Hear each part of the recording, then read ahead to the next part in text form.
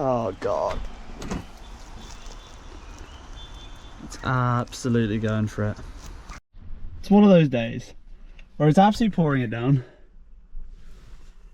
And I've got a slight issue with the car. I'm gonna film the video in a slightly different way to usual. I'm just gonna throw this one out there and see how it goes. Less editing, more natural. The issue today, my drift brake. Look at that thing. Pull some sick drift with it. Does it do absolutely anything when I pull it? No. And I think inside the center console, something in the handbrake line has snapped. It's loose, it's always like ridden really high, so stopping point has always been about here, which is not good. So today I'm going to see if I can fix that. I've then also got to pick up a battery for my other car. That's a bit of a sad one for me, because I'm having to get rid of it, or I'm having to sell the other MR2. Restoration's almost finished, and to be honest with you, I need the money. I need to move on to different projects. I need to spend money on this car. I need to spend money on other cars.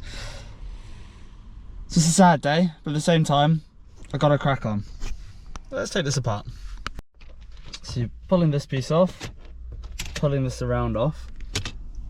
You've got to pull out the tray. Look at the little crunchy, oh, that's gross. Then, in theory, that releases the centerpiece, so then I can pull out this main sort of cavity and hopefully just squeeze it out. Just to get to this handbrake area, I then also have to take this box off, or maybe just the side jumps. It's been a while, so they're the next steps. I might not record that because it's going to be tight. I've just had to dump literally everything on the seat, and that's how it's going to have to go, because lovely rain. So we'll see how it goes. The previous owner that's worked on the car has not left any of the hardware in, so should be nice and easy, right? Out of the OG toolkit that I filled with a bunch of random tools, I have to use what Toyota intended. The OE screwdriver, made in Japan. I love these flip tops. It should hopefully be the correct size, zinc coated. Let's see if I can get these bolts off. So as cramped as I am, surprisingly, that was really easy to get off. A couple of screws here, the sides, and then each side of the seat. Now I need to see if I can access it without taking the boot off, because that's a bit of a pain. But yeah, not too bad so far. Hopefully the handbrake issue's an easy one. Center console's out. Now to figure out, oh, I see the issue. There's a bit of a cable snap just there. Yay.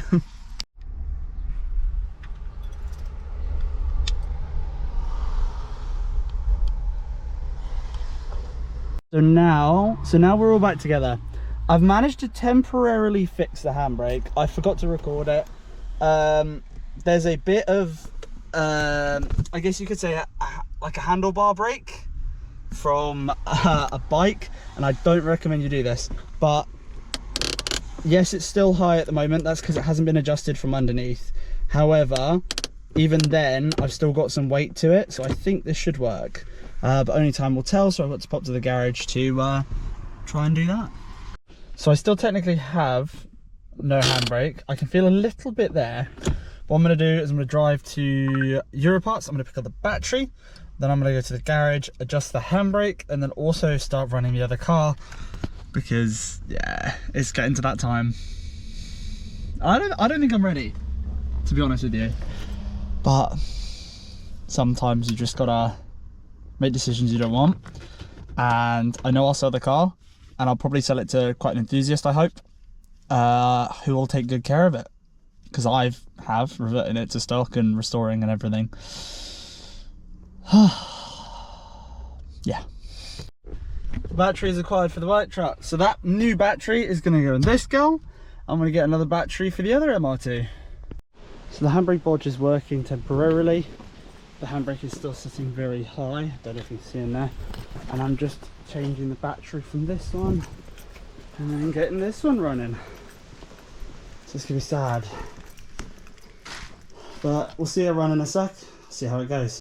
So the battery's out and working in that car. Now back to this one. So at the moment the third piece of spoiler is off, so I'm going to need to attach that back on. Hardware's in the boot, but for now I've just got to cover all of this off, get the car running, and then I'll talk a bit about it. So the battery's in, and I mean look how pristine this car is. Everything inside is just absolutely perfect. I've cleaned it to the absolute most, reverted everything to stock. Even the original wheels there. The only thing I don't have for it is the kit. I have the later kit which goes in my green car.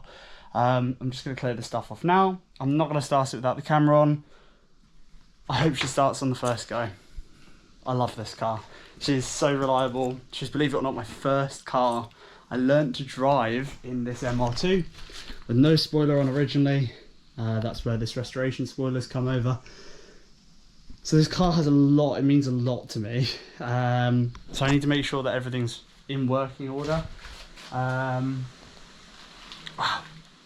It's a very surreal moment for me to try and actually finally sell her.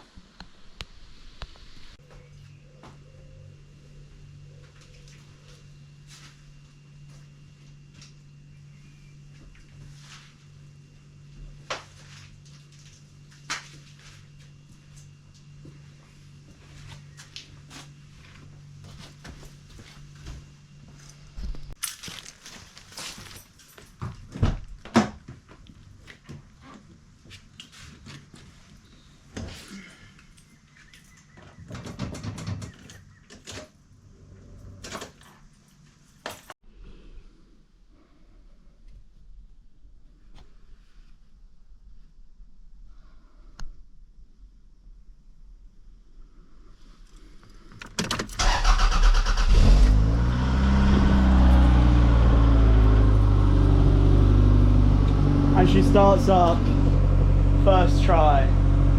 Every time I start this vehicle, regardless of the weather, regardless of what happens,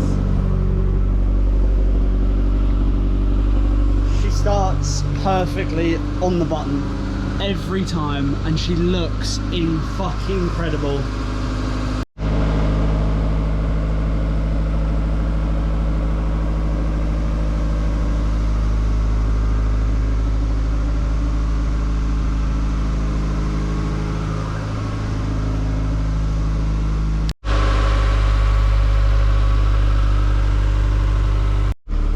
Go over a few things while the car's running, so I hope the audio is okay.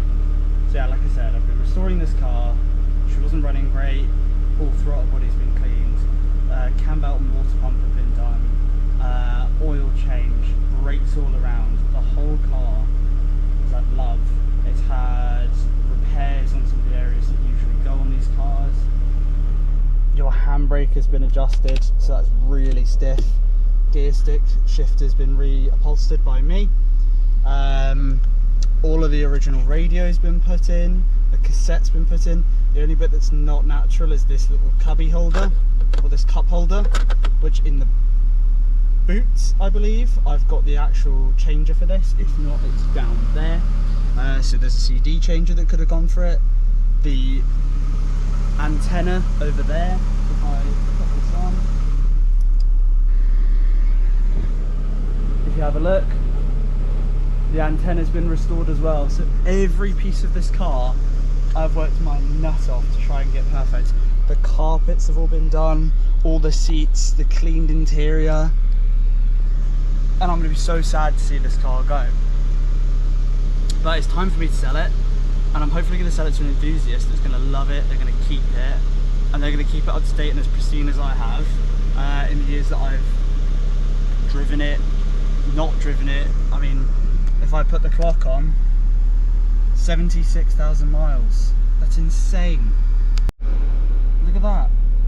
It's insane. And even if I do this, I think the aerial goes down.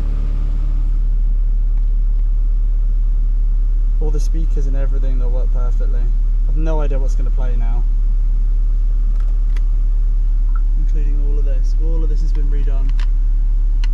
I have the original plug for this as well, which is down here. I'm just going to go into the car. There you go. Everything. from the glowing rear keyhole as well, which I absolutely adore in this car. And that's her name, Misty. All the surround system works.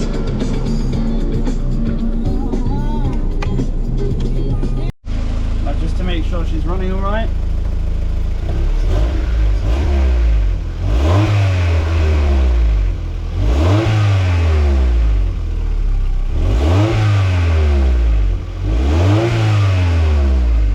So it's going to be hard to see this car go. However, it's needed. I've had my fun with it. I've restored it, it's taught me a lot. And now it's going to go to someone that's going to appreciate it, keep it, and all the small tiny issues that are on the car, they're going to fix, they're going to love, and it's going to be their passion. It's going to be their project. I'm probably stored like this one in a garage, in a nice dry store garage. Right. Hey, that's going to be the end, to be honest. Different style of video. Trying to fix a handbrake where I basically showed no clips of it, and selling this car. Let's see what this does. Short little sweet thing, and then all the other content of Isle of Wight and other shows I'm getting to. There's a lot of footage to go through, and there's a lot of life changes happening at the moment. So that's why. But anyway. One of the last probably send-off videos to Misty until I sell her.